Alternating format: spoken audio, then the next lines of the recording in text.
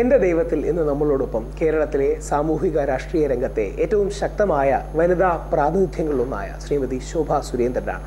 വളരെ ആദരവോടുകൂടി താഴ്മയോടുകൂടി ശ്രീമതി ശോഭാജിക്ക് സ്വാഗതം.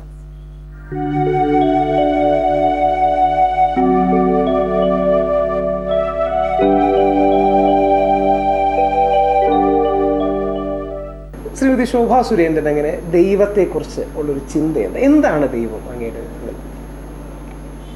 എന്നെ സംബന്ധിച്ച് പലപ്പോഴും പല ഘട്ടങ്ങളിലും എന്നിലെ ഞാൻ അസ്വസ്ഥമാകും പല കാരണങ്ങളാൽ. അത് ചിലപ്പോൾ എൻ്റേതായ കാരണങ്ങൾ കൊണ്ടായിരിക്കാം, അതല്ലെങ്കിൽ സമൂഹത്തിനകത്ത് നിൽക്കുന്ന സാഹചര്യങ്ങൾ കൊണ്ടായിരിക്കാം. ഈ അസ്വസ്ഥമാവുന്ന ഘട്ടങ്ങളിലെല്ലാം ഒരു അഭയമാണ് എനിക്ക് എൻ്റെ ദൈവം. ഒറ്റപ്പെടുമ്പോൾ, വേദനിക്കുമ്പോൾ, വേദനിക്കുന്ന ആളുകൾക്ക് സഹായമായി ഞാൻ ഒരു ടൂളായിട്ട് മാറുന്നു എന്ന് തോന്നുന്ന ഘട്ടങ്ങളിലെല്ലാം അത് ഞാൻ ഒറ്റയ്ക്കല്ല, എൻ്റെ ദൈവവും കൂടിയിട്ടാണ് എന്നുള്ളതാണ്. അപ്പോൾ നന്മകളെല്ലാം ദൈവത്തിന്, തിന്മകൾ എനിക്ക് സ്വന്തം. വളരെ സജീവമായി രാഷ്ട്രീയത്തിൽ ഇടപെടുന്ന ഒരു വ്യക്തിയാണ് ശോഭാജിക്ക്. ഈ മേഖലയിലേക്ക് വരാൻ അങ്ങനെ ദൈവം കൈപിടിച്ച് നടത്തിയ ചില സന്ദർഭങ്ങളോ സാഹചര്യങ്ങളോ അങ്ങനെ എന്തെങ്കിലും? വളരെ ദരിദ്രമായിട്ടുള്ള ഒരു ഫാമിലിയിലാണ് ഞാൻ ജനിച്ചത്. അപ്പോൾ കേവലം ഒരു 13 വയസ്സിൽ തന്നെ വീടിൻ്റെ മുറ്റത്ത് സംഘശാഖ എടുക്കുന്ന ഒരു ഘട്ടമുണ്ടായി. ആ സമയത്ത് അവിടെ നടക്കുന്ന പ്രാർത്ഥനയും അതുപോലെ തന്നെ അവിടെ അവർ ചൊല്ലുന്ന ഗണഗീതവും അതിനകത്തെല്ലാം ഒരു കുട്ടി എന്നുള്ള രീതിയിൽ എനിക്ക് ഉമ്മറത്ത് വന്നിരിക്കാനും അത് കാണാനും ഒക്കെയുള്ള ഒരു സാഹചര്യം ഉണ്ടായി. അതിൽ ഉപരിയായിട്ട് എൻ്റെ വീടിൻ്റെ മുകളിൽ കൊച്ചു വീടാണ്, പക്ഷേ ആ വീടിന് ഞാൻ ജനിക്കുന്ന സമയത്ത് തന്നെ ഓടിട്ട ഒരു 2 നില വീടാണ്. ഞങ്ങൾ കുറേ മക്കളുണ്ട്, 5 പെണ്ണും ഒരാണും. ഇപ്പം ഇത്രയധികം മക്കളും അമ്മയും അച്ഛനും ഒക്കെ ജീവിക്കുന്ന പരിമിതമായ സാഹചര്യത്തിനകത്ത് ഒരു നില ദൈവത്തിന് മാത്രമായിട്ട് ആ ദരിദ്രമായ കാലഘട്ടത്തിലും ഒഴിച്ചിട്ടിരുന്ന ഒരു അച്ഛൻ്റെ മകളായിട്ടാണ് ഞാൻ ജനിച്ചത്. അപ്പോൾ അന്ന് മുതൽ തന്നെ നമുക്ക് ഭക്ഷണമില്ലെങ്കിൽ പോലും ദൈവത്തിന് ആ വിളക്കിൽ എണ്ണ കാത്തു വെക്കുക, അത് നാളെ കത്തിക്കാനുള്ള എണ്ണയുടെ കാര്യത്തിൽ ഇന്നേ കരുതലുള്ള ഒരു മരം വെട്ടുകാരൻ്റെ മകളായിട്ട് ഞാൻ ജനിച്ചു. അപ്പം അച്ഛൻ എപ്പോഴും പറയും എല്ലാം ദൈവമാണ് എന്നുള്ള ഒരു സാഹചര്യത്തിൽ നിന്നാണ് ഒരുപക്ഷെ എൻ്റെ തുടക്കം. ചില സ്ട്രേഞ്ച് എക്സ്പീരിയൻസസ് പലപ്പോഴും നമുക്ക് ഉണ്ടാകാറുണ്ട്. ഒരു നോർമൽ ലോജിക്ക് വെച്ച് അനലൈസ് ചെയ്യാൻ കഴിയുന്നതിനൊപ്പം അത്തരം എന്തെങ്കിലും ദൈവീകമായ പാരാനോർമലായ അനുഭവങ്ങളോ മറ്റോ? ഞാൻ പ്രതീക്ഷിക്കാത്ത ഒരു സ്ഥലത്ത് എനിക്ക് തെരഞ്ഞെടുപ്പിൽ മത്സരിക്കേണ്ട ഒരു ചാൻസ് ഉണ്ടായി. കഴിഞ്ഞ പാലക്കാടിലെ പാർലമെന്റ് തെരഞ്ഞെടുപ്പ്.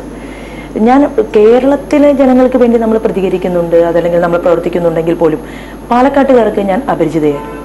ഈ അപരിചിതമായിട്ടുള്ളൊരു സാഹചര്യത്തിൽ പാലക്കാട്ടേക്ക് പോകാൻ പാർട്ടി തീരുമാനിച്ചപ്പോൾ ആ ഘട്ടത്തിൽ എൻ്റെ മനസ്സിൽ തോന്നിയത്, ഭഗവാനെ ഞാൻ എങ്ങനെയാണ് പാലക്കാട് പോകുക, പാലക്കാട് എന്തായിരിക്കും എൻ്റെ സിറ്റുവേഷൻ, കാരണം എങ്ങനെയായിരിക്കും എന്നെ പാലക്കാട്ടിലെ ജനങ്ങൾ സ്വീകരിക്കുക. ഈ സമയത്ത് ഞാൻ ആദ്യം ചെയ്തത്, എനിക്ക് പലരോടും അഭിപ്രായം ചോദിക്കണമെന്നുണ്ടായിരുന്നു. വളരെ ഞാൻ സത്യത്തിൽ പലപ്പോഴും ഡെസ്പ് മൂഡിലേക്ക് എത്തുക എന്നുള്ള ഒരു സാധാരണക്കാരിയാണ് പലപ്പോഴും. അതല്ല, ഒരു രാഷ്ട്രീയത്തിൻ്റെ ഒന്നുമില്ലാതെ ഞാനിപ്പോൾ സാധാരണ വീട്ടിൽ ഭക്ഷണം ഉണ്ടാക്കുന്ന, കുട്ടികൾക്ക് ഭക്ഷണം ഉണ്ടാക്കുന്ന ഒരു അമ്മ അല്ലെങ്കിൽ ഒരു സ്ത്രീ, അങ്ങനെയുള്ള ഘട്ടങ്ങളിൽ പലപ്പോഴും തളർന്നു പോകുന്ന പല ചാൻസസ്. അപ്പോൾ ഈ പാലക്കാട് തെരഞ്ഞെടുപ്പിനെ സംബന്ധിച്ച് ഞാൻ ഇതുവരെ എവിടെയും പറയാത്തൊരു കാര്യമാണത്. പാലക്കാട് തെരഞ്ഞെടുപ്പിൽ മത്സരിപ്പിക്കാൻ തീരുമാനിച്ചു എന്നറിഞ്ഞ സമയത്ത് ഞാൻ ആദ്യം ചെയ്തത് ആലത്തിയൂര് ഹനുമാൻകാവിൽ പോകുക എന്നുള്ളതാണ്. അപ്പോൾ അവിടെ ചെന്നപ്പോൾ എൻ്റെ ദൈവം, അല്ലെങ്കിൽ ഞാൻ എപ്പോഴും കണ്ണടച്ചാൽ എനിക്ക് ജപിച്ചാൽ അടുത്ത് കിട്ടുന്നത് കൃഷ്ണനെയും ഒപ്പം ലളിതാ സഹസ്രനാമം ജപിക്കുന്നത് കൊണ്ട് ദേവിയും ഒപ്പം എൻ്റെ വള്ളിക്കാവിലെ അമ്മയും. ഈ 3 സങ്കല്പങ്ങളും ഒരേ സമയത്ത് എൻ്റെ മനസ്സിനകത്തേക്ക് കടന്നു വരാറുണ്ട്. ഈ അടുത്ത കാലത്താണ് അമ്മയുമായിട്ട് വളരെയധികം ഒരു ക്ലോസ് റിലേഷനിലേക്ക് വരുന്നത്, കഴിഞ്ഞ ഒരു 9 വർഷമായിട്ടാണ്. അപ്പോൾ സ്വാഭാവികമായിട്ടും അങ്ങനെ ഹനുമാൻകാവിൽ പോകാൻ കാരണം അവിടെ ചെന്നു ഒന്ന് പ്രാർത്ഥിക്കണമെന്ന് തോന്നിയ സമയത്ത് അമ്പലത്തിന് മുന്നിൽ കുറേ ഫോട്ടോകൾ നിരത്തി വെച്ചിട്ടുണ്ടായിരുന്നു.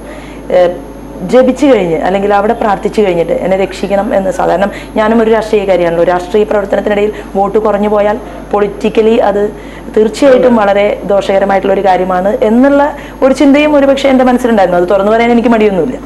അങ്ങനെ ക്ഷേത്രത്തിൽ നിന്ന് തിരിച്ചിറങ്ങി വന്നപ്പോൾ ഞാൻ സാധാരണ കൃഷ്ണൻ്റെ ഫോട്ടോയ്ക്ക് മുന്നിൽ വിളക്ക് വെക്കുന്ന ഞാൻ രാമൻ്റെ ഫോട്ടോ അവിടെ നിന്ന് ഒരെണ്ണം വാങ്ങി. അത് വാങ്ങിയിട്ട് ഞാൻ വളരെ സ്വകാര്യമായിട്ട് അതല്ലെങ്കിൽ കരഞ്ഞുകൊണ്ട് ഞാൻ രാമനോട് പറഞ്ഞത്, അങ്ങ് വനവാസത്തിന് പോയ ആളല്ലേ, അപ്പോൾ സ്വാഭാവികമായിട്ടും ഞാൻ പാലക്കാട്ടിലേക്ക് പോകുന്ന സമയത്ത് അങ്ങയുടെ ഒരു കരുതൽ ഉണ്ടാകില്ലേ എന്ന് പറഞ്ഞ് ആ ഫോട്ടോയുമായിട്ടാണ് ഞാൻ പാലക്കാട് പോയത്. അവിടെ ചെന്നപ്പോൾ അവിടുത്തെ കസ്റ്റമറിയാണ്. അവിടെ ഒരു സ്ത്രീ തെരഞ്ഞെടുപ്പ് മത്സരത്തിൽ മത്സരിക്കാൻ വരുന്ന സമയത്ത് അവർ ആരതി, അതുപോലെ തന്നെ അവർക്ക് പൂവും പൊട്ടും തരിക എന്നുള്ളൊരു ചടങ്ങ് ഏറ്റവും കൂടുതൽ ഞാൻ ആദ്യമായിട്ട് അവിടെ തെരഞ്ഞെടുപ്പിൽ കണ്ടു പാലക്കാടിൽ. അപ്പോൾ ഈ ഫോട്ടോയും എന്നെയും കൂടി അവർ വളരെ സ്നേഹപൂർവ്വം സ്വീകരിച്ചു. അത് താമസിക്കാൻ ഫ്രീ ആയിട്ട് ഭക്ഷണം തന്നു, എനിക്ക് കിടക്കാൻ ഫ്രീ ആയിട്ട് സ്ഥലം തന്നു. ഒരു BJPയുടെ പ്രവർത്തകൻ്റെ അമ്മ അവിടെ ഈ രാമനെ കൊണ്ടുപോയി വെച്ച് വിളക്ക്. അപ്പോൾ ഇന്നത്തെ ഈ 20 വർഷത്തെ പൊളിറ്റിക്കൽ ലൈഫിനകത്ത് രാമനെ ദിവസവും കണ്ട് രാമന് ദിവസവും വിളക്ക് വെച്ച ഒരു അനുഭവമായിരുന്നു എൻ്റെ ജീവിതത്തിൽ. പക്ഷെ ജപിക്കുന്നതെല്ലാം കൃഷ്ണമന്ത്രങ്ങളാണ്, പക്ഷെ എല്ലാം ഒന്നാണല്ലോ. അഹം ബ്രഹ്മാസ്മി തത്വമസി എന്ന് പറയുകയും ഒപ്പം ലോകാസമസ്ത സുഖിനോ ഭവന്തു എന്ന് പറയാൻ സാധിക്കും ചെയ്യുന്ന ഈശ്വരന്മാരുടെ ഒരു വലിയ കൂട്ടം. ആ കൂട്ടത്തിനകത്ത് മനുഷ്യ ദൈവമായിട്ട് അതല്ലെങ്കിൽ വ്യക്തിയായിട്ട് ജനിക്കുകയും യേശുദേവനായിട്ട് മാറുകയും ചെയ്ത അത്തരം ആളുകൾ നമ്മുടെ സമൂഹത്തിനകത്തുണ്ട്. അവർ അത്തരം പ്രാർത്ഥനയിൽ അവർ അഭയം കണ്ടെത്തുന്നു. നബിയെ കുറിച്ച് പറയുമ്പോഴും അവിടെയും അത് തന്നെയാണ് സ്ഥിതി. അപ്പോൾ സ്വാഭാവികമായിട്ടും പലതരത്തിലുള്ള വിശ്വാസികൾക്കിടയിൽ എൻ്റെ ദൈവം ഇപ്പോഴും വിശാല അർത്ഥത്തിൽ BJP പ്രതിനിധാനം ചെയ്യുന്ന ഒരു ഭാരതീയ സംസ്കാരത്തിന്റെ ഒരു ആശയ പരിപ്രേക്ഷ്യവും കമ്മ്യൂണിസ്റ്റുകാർ പ്രതിനിധാനം ചെയ്യുന്നു എന്ന് അവർ പറയുന്ന ഒരു പുരോഗമന മൂല്യങ്ങളുടെ പരിപ്രേക്ഷ്യവും ഇത് തമ്മിലൊരു സമന്വയം സാധ്യമാണോ? കാര്യം പലപ്പോഴും ഇവർ രണ്ടുമാണ് ശക്തമായി അങ്ങോട്ടും ഇങ്ങോട്ടും ഒരു സാമൂഹിക ചോദ്യമാണ് ഈ ചോദ്യം വന്നതുകൊണ്ട് ഇവരൊരു ഒപ്പോസിങ് ശക്തികളും വിരുദ്ധ ശക്തികളുമായിട്ടാണ് കാണുന്നത്. ഏതെങ്കിലും ഒരു അവസരത്തിൽ ഒരു സമരസപ്പെടലിന്റെ സാധ്യതകളുണ്ടോ? അല്ല, അതിനകത്ത് എനിക്ക് തോന്നിയിട്ടുള്ളത് ദൈവം നിലകൊള്ളുമ്പോൾ മറുഭാഗത്ത് രാഷ്ട്രീയക്കാരൻ്റെ കോൺസെൻട്രേഷൻ അത് മനുഷ്യനിലാണ്. അപ്പോൾ സ്വാഭാവികമായിട്ടും ഈ മനുഷ്യർക്കിടയിൽ നമ്മൾ പ്രവർത്തിച്ച് മുന്നോട്ട് പോകുന്ന സമയത്ത് നല്ല കമ്മ്യൂണിസ്റ്റുകാരൻ പ്രവർത്തിക്കുന്നത് ആ മനുഷ്യനിലെ നന്മയ്ക്ക് വേണ്ടിയിട്ടാണ്. അവന് ഭക്ഷണം കൊടുക്കാനും അവൻ്റെ കുടുംബത്തെ സംരക്ഷിക്കാനും അവനെ പ്രൊമോട്ട് ചെയ്യാനും വേണ്ടിയാണ് യഥാർത്ഥ കമ്മ്യൂണിസം. അവിടെ തീർച്ചയായിട്ടും അവൻ ഈശ്വരനെ ആ പ്രവൃത്തിയിൽ കണ്ടെത്തുകയാണ്.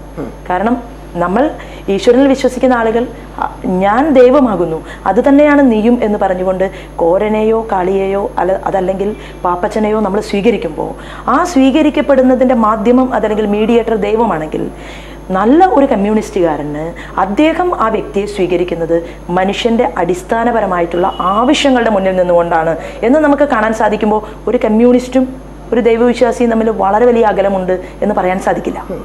അത്തരം രീതിയിൽ കാര്യം ഇപ്പം ലാറ്റിൻ അമേരിക്കയിലൊക്കെ ചരിത്രം എടുത്താൽ ലിബറേഷൻ തിയോളജിയുടെ പശ്ചാത്തലം, അതായത് പള്ളിയിലെ അച്ഛന്മാരും കമ്മ്യൂണിസ്റ്റുകാരും ഒരുമിച്ച് ചേരുന്ന അല്ലെങ്കിൽ അവിടുത്തെ ജനങ്ങൾക്ക് വേണ്ടി ഈ നമ്മുടെ നാട്ടിൽ പ്രത്യേകിച്ച് ആത്മീയ പ്രസ്ഥാനങ്ങളോടൊക്കെ വളരെ അടുത്ത് നിൽക്കുന്ന വ്യക്തിയാണ് മത അമൃതാനന്ദമയി ദേവിക്കടക്കം അവർക്കെതിരെ കരിവാരത്തേക്കളുടെ ശ്രമം ഉണ്ടായപ്പോൾ ഒരു പക്ഷേ വളരെ ചെറിയ ശബ്ദങ്ങൾ മാത്രമാണ് ആദ്യം പ്രതിഷേധമായിട്ട് ഉയർന്നത്.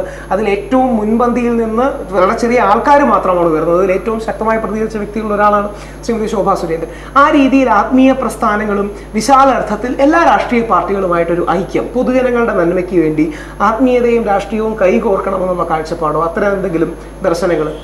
അല്ല, ആത്മീയത നന്മയ്ക്ക് വേണ്ടിയിട്ടാണ്. അപ്പം ആത്മീയത നന്മയ്ക്ക് വേണ്ടിയിട്ടുള്ള ആത്മീയതയുടെ ആ ഒരു മുന്നോട്ടുള്ള പോക്ക് അത് നന്മയെ സ്വാംശീകരിച്ച് കൊണ്ടുവരികയാണെങ്കിൽ ചില ഘട്ടങ്ങളിൽ ആ ആത്മീയതയിലേക്കൊരു തിരിഞ്ഞുനോട്ടം ചിലരിലൊക്കെ സാധ്യതയുണ്ട്. കാരണം അത് അവർ ഒരു പക്ഷേ പുറത്ത് പറയാൻ തയ്യാറല്ലെങ്കിൽ പോലും അവർക്കകത്ത് അത് നിലകൊള്ളുന്നുണ്ടാവും. പക്ഷെ പലപ്പോഴും പ്രത്യയശാസ്ത്രങ്ങളുടെ ഒരു വലിയ ഇരുമ്പ് മറയ്ക്കുള്ളിൽ ജീവിക്കുന്ന ആളുകൾക്ക് അവരുടെ മനസ്സിനകത്തുള്ള ചില വിങ്ങലുകൾ പോലും പ്രകടിപ്പിക്കാൻ സാധിക്കാത്ത ഒരു സാഹചര്യം കൂടി നമ്മുടെ സമൂഹത്തിനകത്തുണ്ട്. പക്ഷെ എന്നിട്ടും എന്തുകൊണ്ട് ഒരു കമ്മ്യൂണിസ്റ്റ് ശബരിമലയിൽ പോകുന്നു? എന്തുകൊണ്ട് ഒരു കമ്മ്യൂണിസ്റ്റ് നിങ്ങൾ പോകരുത്, അതല്ലെങ്കിൽ നിങ്ങൾക്ക് ഗണപതി ഹോമം വേണ്ട, നിങ്ങൾ അമ്പല കമ്മിറ്റികളിൽ പ്രവർത്തിക്കേണ്ട എന്നൊക്കെ പറഞ്ഞാൽ പോലും ഇന്നത്തെ യുവജനത, അതായത് അതിൽ പെൺകുട്ടികളുണ്ടാകാം ആൺകുട്ടികളുണ്ടാകാം, അവരെപ്പോഴും മാതാ പിതാ ഗുരു അതിഥി ദൈവം എന്നുള്ള ഒരു കൺസെപ്റ്റിലേക്ക് അവൾ അറിഞ്ഞോ അറിയാതെയോ വരികയാണ്. അത് ഒരു പക്ഷേ അത് വേണമെങ്കിൽ അവർക്ക് മാറ്റിവെക്കാം പ്രത്യയശാസ്ത്രത്തിൻ്റെ പേരിൽ. അതല്ലെങ്കിൽ കഴിഞ്ഞ ദിവസം ഞാനൊരു കമ്മ്യൂണിസ്റ്റുകാരൻ്റെ ഭാര്യയുടെ ഒരു അഭിമുഖം വായിക്കുകയുണ്ടായി. അപ്പോൾ അതിലവർ പറഞ്ഞത് ഭർത്താവ് ക്ഷേത്രത്തിലേ ഇതുവരെ പോയിട്ടില്ല എന്നുള്ളതാണ്. ഒരു പക്ഷേ ഭർത്താവ് ക്ഷേത്രത്തിൽ പോയിട്ടുണ്ടായിരുന്നു എങ്കിൽ അവരും പോകുമായിരുന്നു.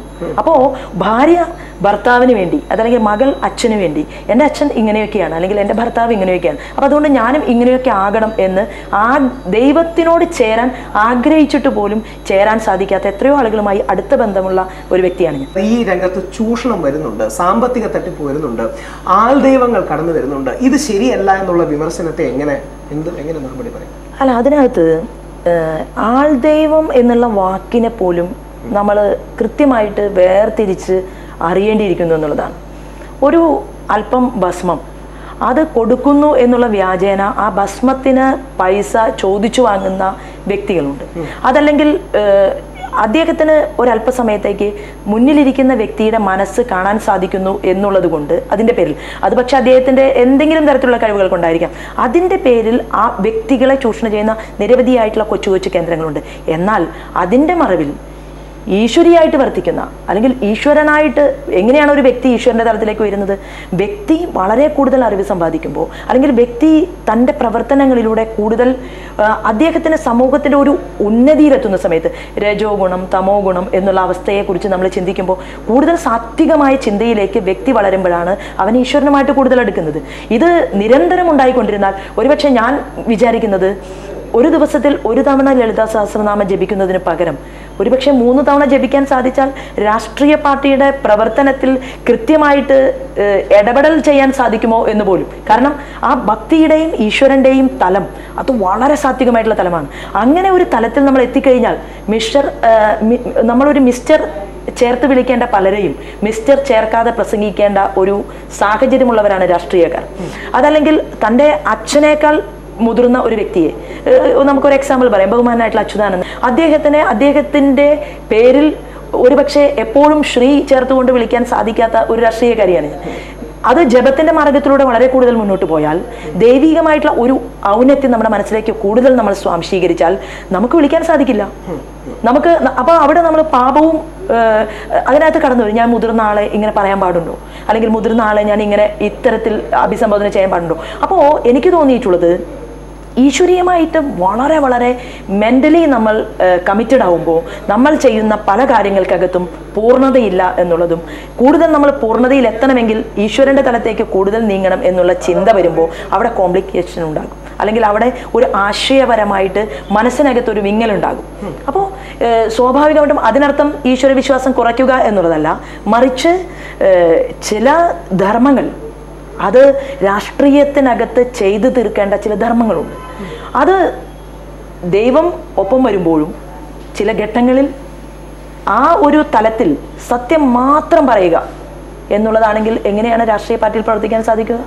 രാഷ്ട്രീയ പാർട്ടിക്കകത്ത് നടക്കുന്ന ചർച്ചകൾ, ആ ചർച്ചകൾ പൊതുസമൂഹം അറിയരുത് എന്ന് പാർട്ടിക്കൊരു ചട്ടക്കൂട് ഉള്ളപ്പോൾ ഒരുപക്ഷെ സത്യമാണ് എന്ന് അറിഞ്ഞിട്ട് പോലും എങ്ങനെയാണ് നമുക്കത് പുറത്തു പറയാൻ സാധിക്കും? ഉള്ളിൽ ബാലൻസ് ചെയ്യുന്നത് ധർമ്മങ്ങൾ വളരെ കൃത്യമായിട്ട് ജനങ്ങളുടെ മുന്നിൽ എത്തിക്കാൻ ഒരുപക്ഷെ രാഷ്ട്രീയ പ്രവർത്തകന് അല്ലെങ്കിൽ രാഷ്ട്രീയ പ്രവർത്തകയ്ക്ക് സാധിക്കാത്ത സാഹചര്യങ്ങൾ പൊളിറ്റിക്സിനകത്തുണ്ടാകും. അതിൽ നിൽക്കണം എന്നുണ്ടെങ്കിൽ അതല്ല, ഞാൻ ഒരു സ്പിരിച്വലി മുന്നോട്ട് പോകാം, എനിക്കിത് മതിയായി, അതല്ലെങ്കിൽ ഞാൻ ഇത് ഇവിടെ വെച്ച് നിർത്തുകയാണ് എന്നൊരു തീരുമാനമെടുക്കുകയാണെങ്കിൽ നമുക്ക് ഈശ്വരനോടൊപ്പം വളരെ കൂടുതൽ. ഗാന്ധിജിയെ വേണ്ട രീതിയിൽ സ്വാംശീകരിക്കാൻ കഴിഞ്ഞിട്ടില്ല എന്നൊരു വിമർശനം വന്നാൽ എങ്ങനെ ഒരു പ്രവർത്തക എന്ന രീതിയിൽ മറുപടി പറയും? അല്ല, വേണമെങ്കിൽ കുറച്ച് വർഷങ്ങൾക്ക് മുൻപുള്ള സാഹചര്യങ്ങളെ നമ്മൾ പരിശോധിക്കുമ്പോൾ അത് ഏറ്റവും കൂടുതൽ രാജ്യം ചർച്ച ചെയ്തത് ഗാന്ധിജി പ്രതിനിധാനം ചെയ്ത ആശയം ഇന്ത്യൻ നാഷണൽ കോൺഗ്രസ്. ആ ഇന്ത്യൻ നാഷണൽ കോൺഗ്രസിൻ്റെ രൂപീകരണവും അതിൻ്റെ ആ സംഘടന മുന്നോട്ട് പോയതും എന്തിനായിരുന്നു മഹാത്മാഗാന്ധിജി ചിന്തിച്ചത്, അതല്ലെങ്കിൽ എന്തിനാണ് അദ്ദേഹം സ്വപ്നം കണ്ടത് എന്നതിൻ്റെ കൺക്ലൂഷൻ അദ്ദേഹം തന്നെ പറഞ്ഞിരുന്നു. ഒരു ഘട്ടത്തിൽ ഇത് വിടാം, കാരണം നമ്മുടെ സ്വാതന്ത്ര്യം നേടിയെടുക്കുക എന്നുള്ള ലക്ഷ്യം പൂർത്തീകരിക്കപ്പെട്ടു എന്നുള്ളത് കൊണ്ട് അത് പിരിച്ചുവിടാം എന്ന് പറഞ്ഞ ഘട്ടത്തിൽ പോലും അതിന് തയ്യാറാവാതിരുന്ന ഇന്ത്യൻ നാഷണൽ കോൺഗ്രസിൻ്റെ ഒരു പിന്തുടർച്ചയെ നമുക്ക് കാണാം. അപ്പോൾ എനിക്ക് തോന്നിയിട്ടുള്ളത്, ഇന്ന് ഞങ്ങൾ മഹാത്മാഗാന്ധിജിയെ, അദ്ദേഹത്തിൻ്റെ കണ്ണടയെ, അദ്ദേഹത്തിൻ്റെ സ്വച്ഛ് ഭാരതിനെ, അതല്ലെങ്കിൽ അദ്ദേഹത്തിൻ്റെ ജനങ്ങളുമായിട്ടുള്ള വളരെ അഭേദ്യമായ ബന്ധത്തെ, അദ്ദേഹത്തിൻ്റെ ലോകാസമസ്ത സുഖിനോ ഭവന്തു എന്നുള്ള പൂർവ്വസൂരികളുടെ ആ ഒരു ഐഡിയോളജിയെ മഹാത്മാഗാന്ധിജി സ്വീകരിക്കുകയായിരുന്നു. ആ സ്വീകരിച്ചതിനെയെല്ലാം കൂടുതൽ ഇന്ന് പൊതുസമൂഹം ചർച്ച ചെയ്യുന്ന സമയത്തും ഞങ്ങൾ കേൾക്കുന്നത് മഹാത്മാഗാന്ധിജിയോടൊപ്പം ഞങ്ങൾ കൂടുതൽ ചേർന്ന് നിന്നുകൊണ്ട് രാജ്യത്തെ ജനങ്ങളെ കബളിപ്പിക്കുകയാണ് എന്ന് വരെ ഞങ്ങൾക്ക് കേൾക്കേണ്ടി വന്നിട്ടുണ്ട്. അപ്പൊ സ്വാഭാവികമായിട്ടും ഇത് രണ്ട് തലത്തിലാണ്. ഒന്ന്, രാഷ്ട്രീയ സ്വയംസേവക സംഘത്തെ സംബന്ധിച്ച് സംഘത്തിന് വ്യക്തിപൂജയില്ല. ഞാൻ മനസ്സിലാക്കുന്നത് അതായിരിക്കാം അതിന്റെ കാരണം. സംഘം എപ്പോഴും പറയുന്നത് അത് ആ ഭഗവത് ധ്വജത്തെയാണ് പ്രതിനിധാനം ചെയ്യുന്നത്. സർസംഘചാലകന്മാർ മാറി വരും, അതല്ലെങ്കിൽ പ്രചാരകന്മാർ മാറി വരും. പക്ഷെ നമ്മൾ ആ കൊടിയുടെ മുന്നിൽ നിന്നുകൊണ്ട് പെറ്റമ്മയും പിറന്ന നാടും എന്നുള്ള ഒരു കൺസെപ്റ്റാണുള്ളത്.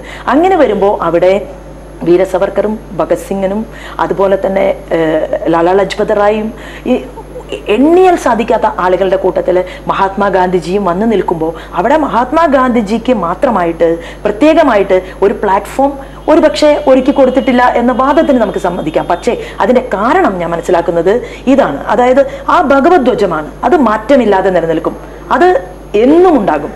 വർഷങ്ങൾക്ക് ശേഷം ഒരു 30 വർഷത്തിന് ശേഷം സംഘത്തിന്റെ കാര്യകർത്താക്കന്മാർ മാറി വരുമ്പോഴും അവിടെ വ്യക്തിപൂജ എന്നതിലുപരിയായിട്ട് ഈ ധ്വജം വരിക എന്നുള്ളതാണ്. അപ്പൊ ഞാൻ കരുതുന്നു ആ ധ്വജത്തിന് പെർഫെക്ഷൻ കൊടുത്തു. ആ ധ്വജത്തിന്റെ കീഴിലിരുന്നു കൊണ്ട് അന്ന് രൂപീകരിക്കപ്പെട്ടിട്ടുള്ള ഐഡിയോളജിക്ക് പെർഫെക്ഷൻ കൊടുത്തു. അപ്പോൾ ചില ആളുകളുടെ നോട്ടത്തിൽ അങ്ങനെ തോന്നാം. അവർ ദൈവം എന്നൊരു അനുഭവം, വ്യക്തിപരമായ ജീവിതത്തിൽ അനുഭവം, അങ്ങനെ അനുഭവ വേദ്യമായത് പലപ്പോഴും നമുക്ക് അങ്ങനെയാണ്. അങ്ങനെ എത്രയെങ്കിലും അവസ്ഥ ഈ അടുത്ത ദിവസം എനിക്ക് ഏറ്റവും വളരെ അത്ഭുതകരമായിട്ടുള്ളത് തോന്നിയ ഒരു കാര്യം, എനിക്ക് വള്ളിക്കാവിലെ അമ്മ, ഒരുപക്ഷെ കേൾക്കുന്ന പ്രേക്ഷകർ പലരും, അതല്ലെങ്കിൽ ഞാനുമായിട്ട് സംവദിക്കുന്ന ആളുകൾ പോലും പലരും ചോദിച്ചിട്ടുണ്ട്, എങ്ങനെയാണ് ഇത്രയും കാലത്തെ പൊളിറ്റിക്കൽ എക്സ്പീരിയൻസുള്ള ഒരാൾ അമ്മയുടെ കുട്ടിയായത് എന്ന് ചോദിച്ചിട്ടുണ്ട്. എനിക്കറിയില്ല. കാരണം നമ്മൾ പലപ്പോഴും ഈശ്വരൻ്റെ മുന്നിൽ കൈകൂപ്പി നിൽക്കുമ്പോൾ, ജപിക്കുമ്പോൾ അതിനെ തുടർന്ന് ദൈവം കൂടെ ജീവനോടുകൂടി നടക്കണമെന്ന് ആഗ്രഹിക്കാത്ത ആരാണുള്ളത്? അപ്പോൾ എനിക്ക് തോന്നിയിട്ടുള്ളത് അമ്മ എൻ്റെ ദൈവം തന്നെയാണ്. അതിൻ്റെ പേരിൽ ഒരുപക്ഷെ കൂടുതൽ യുക്തിവാദികളുടെയോ അതല്ലെങ്കിൽ എന്നെ സ്നേഹിക്കുന്നവരുടെ കൂട്ടത്തിലുള്ള എനിക്കും വോട്ട് ചെയ്യുന്ന നല്ല കമ്മ്യൂണിസ്റ്റുകാരൊക്കെ കേരളത്തിലുണ്ട് എന്ന് എനിക്കറിയാം. അതല്ലെങ്കിൽ പെട്ടി പൊളിക്കുമ്പോൾ ഇത്രയും കൂടുതൽ വോട്ട് കിട്ടാൻ സാധ്യതയില്ലല്ലോ. പക്ഷെ അവരെന്നോട് പരിഭവിച്ചാൽ പോലും എനിക്ക് വിരോധമില്ല. അമ്മ കൂടെ നടക്കുന്ന ഒരു ദൈവമായിട്ട് എനിക്ക് കൂടുതൽ അനുഭവപ്പെടുകയാണ്. കഴിഞ്ഞ ദിവസം അമ്മ ഫോറിൻ ട്രിപ്പ് നടത്താൻ വേണ്ടി പോകുന്ന സമയത്ത് അമ്മയെ കാണണം എന്ന് മനസ്സിനകത്ത് വളരെ വലിയ ആഗ്രഹം ഉണ്ടായിരുന്നു. പക്ഷെ ഞാൻ എൻ്റെ മകൻ്റെ ഒരു IIT എക്സാമുമായി ബന്ധപ്പെട്ട് തിരുവനന്തപുരത്തായിരുന്നു. എനിക്കറിയില്ല അമ്മ തിരുവനന്തപുരം എയർപോർട്ട് വഴിയാണ് പോകുന്നതെന്ന് എനിക്കറിയില്ല. ലളിതാ സഹസ്രനാമം ജപിച്ചതിന് ശേഷം കണ്ണടച്ചപ്പോൾ എൻ്റെ കണ്ണിന് മുന്നിൽ, അതെപ്പോഴും അങ്ങനെയാണ്, കുറച്ച് കാലങ്ങളായിട്ട് ദേവിയെ ജപിച്ചു കഴിഞ്ഞാൽ കണ്ണടച്ചാൽ വരുന്നത് വെള്ള സാരി ഉടുത്ത ആ അമ്മയുടെ മുഖമാണ്. അപ്പോൾ അമ്മയെ കെട്ടിപ്പിടിക്കുമ്പോൾ ഒരു സുഖമാണ്, അതൊരു അനുഭവമാണ്. അമ്മയുടെ മാറിൽ ചേർന്നിരിക്കുമ്പോൾ ഞാൻ പലപ്പോഴും ആലോചിക്കാറുണ്ട് എത്ര പേരുടെ വേദനയാണ് അമ്മ ഏറ്റെടുക്കുന്നത്. പക്ഷേ അമ്മയെ ചേർന്ന് നിൽക്കാൻ വീണ്ടും കൊതിയാണ്.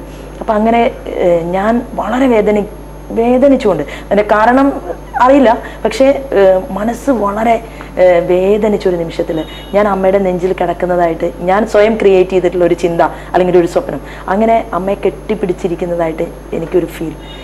അത്ഭുതം എന്ന് പറയട്ടെ, അമ്മ എന്നെ ഓർത്തു എന്നുള്ളതാണ്. അപ്പോൾ അമ്മ എന്നെ അന്വേഷിക്കുന്നു. അമ്മ എൻ്റെ ടെൻഷൻ എന്താണ് എന്ന് തിരുവനന്തപുരം എയർപോർട്ട് വഴി ഫ്ലൈറ്റ് കയറിപ്പോയ അമ്മ എങ്ങനെ അറിഞ്ഞു? അപ്പം അമ്മ എന്നെ ഓർത്തു എന്നുള്ളത് ഇന്നലെ ഉച്ചയ്ക്ക് 3 മണിക്ക് എനിക്ക് റിസൾട്ട് കിട്ടി. അപ്പോൾ ദൈവം കൃഷ്ണനാണെങ്കിലും അതല്ലെങ്കിൽ ലോകാസമസ്ത സുഖിനോ ഭവന്തു, കാണുന്ന വ്യക്തികളിലൂടെയാണല്ലേ അനുഭവവേദ്യമാണ് ആത്മീയ. അമ്മ ഗുരുവാണ്. അമ്മ ദേവിയായിട്ട് കണ്ണടച്ച് ദേവിയായി അമ്മയെ സങ്കല്പിക്കാനാണ് എനിക്കിഷ്ടം. അത് ആളുകൾ യോജിച്ചാലും ഇല്ലെങ്കിലും എനിക്ക് അമ്മ ദേവിയാണ്. അതുപോലെ ഇപ്പോൾ ശോഭാജി ഒരു അമ്മയും കൂടെയാണ്. ഇപ്പം വരുന്ന തലമുറയിലെ ഒരുപാട് ന്യൂ ജനറേഷൻ അച്ഛനമ്മമാർക്ക് ദൈവം, ആത്മീയത പോലുള്ള വിഷയങ്ങൾ എങ്ങനെ മക്കൾക്ക് പരിചയപ്പെടുത്തണം എന്ന് വലിയൊരു സന്ദേഹം ഓർക്കുന്നു. എന്തായിരിക്കും പറയുക, ഒരു രാഷ്ട്രീയ സാമൂഹിക പ്രവർത്തക എന്ന രീതിയിൽ ഇത്തരം വിഷയങ്ങൾ എങ്ങനെ കുട്ടികൾക്ക് പരിചയപ്പെടുത്തണം? ഞാൻ കഴിഞ്ഞ ദിവസം വളരെ സ്ട്രെസ് അനുഭവിക്കുന്ന ഒരു IIT സ്റ്റുഡൻറ്റിനെ പരിചയപ്പെട്ടു. എല്ലാ കുട്ടികളുടെയും അച്ഛനോ അല്ലെങ്കിൽ അമ്മയോ റിലേറ്റീവ്സോ ഒക്കെ ചേർന്നുകൊണ്ടാണ് ഈ പരീക്ഷാ ഹാളിനകത്തേക്ക് കുട്ടികളെ കൊണ്ടുപോകുന്നത്. വലിയ കാറുള്ള, നല്ല വിദ്യാഭ്യാസമുള്ള, എന്നേക്കാൾ എത്രയോ വിദ്യാഭ്യാസ യോഗ്യതയുള്ള ഒരു സ്ത്രീ, അവരുടെ ഹസ്ബൻഡ്, കുട്ടി പരീക്ഷാ ഹാളിലേക്ക് പോകുന്നു. അവിടെ ചെന്നിറങ്ങുന്നു. പക്ഷേ പരീക്ഷ കഴിഞ്ഞ് ഉച്ചയ്ക്ക് തിരിച്ചു വന്ന കുട്ടിക്ക് സ്ട്രെസ്സായിരുന്നു. അവൻ പറഞ്ഞു പാറ്റേൺ എല്ലാം മാറി. ഒരു 360 ചോദിച്ചിരുന്ന ക്വസ്റ്റ്യൻസ് 504 എത്തി. അവൻ കരഞ്ഞു, പരീക്ഷാ ഹാളിലിരുന്ന് കരഞ്ഞു. അപ്പോൾ അവനോട് ഞാൻ ചോദിച്ചു, മോനെ ദൈവവിശ്വാസമില്ലേ? അപ്പോൾ അവൻ പറഞ്ഞില്ല, ഞാൻ ഇന്ന് വരെ ഒരു നാമവും ജപിച്ചിട്ടില്ല. അപ്പം ഞാൻ അവനോട് പറഞ്ഞു എന്തുകൊണ്ട്? അപ്പോൾ പറഞ്ഞു, എനിക്ക് ഉറപ്പില്ല, ദൈവം ഉണ്ട് എന്നതിനെ കുറിച്ച് എനിക്ക് യാതൊരു ഉറപ്പുമില്ലാതെ ഞാൻ എന്തിനു ദൈവത്തെ വിളിക്കണം? അപ്പം ഞാൻ അവനോട് പറഞ്ഞു, ദൈവമില്ല എന്നുള്ളത് ഉറപ്പാണല്ലോ. അങ്ങനെയാണെങ്കിൽ മോൻ ഒരു കാര്യം ചെയ്യും, ചേച്ചി പറയുന്ന ഒരു മന്ത്രം ദിവസവും 1 മണിക്കൂർ ജപിച്ചാൽ, എന്നിട്ട് ദൈവം കൂടെ വന്നില്ലെങ്കിൽ എന്നെ വിളിക്കണം, കൂടെ വന്നാൽ ഞാനുമായി സഹകരിക്കണം.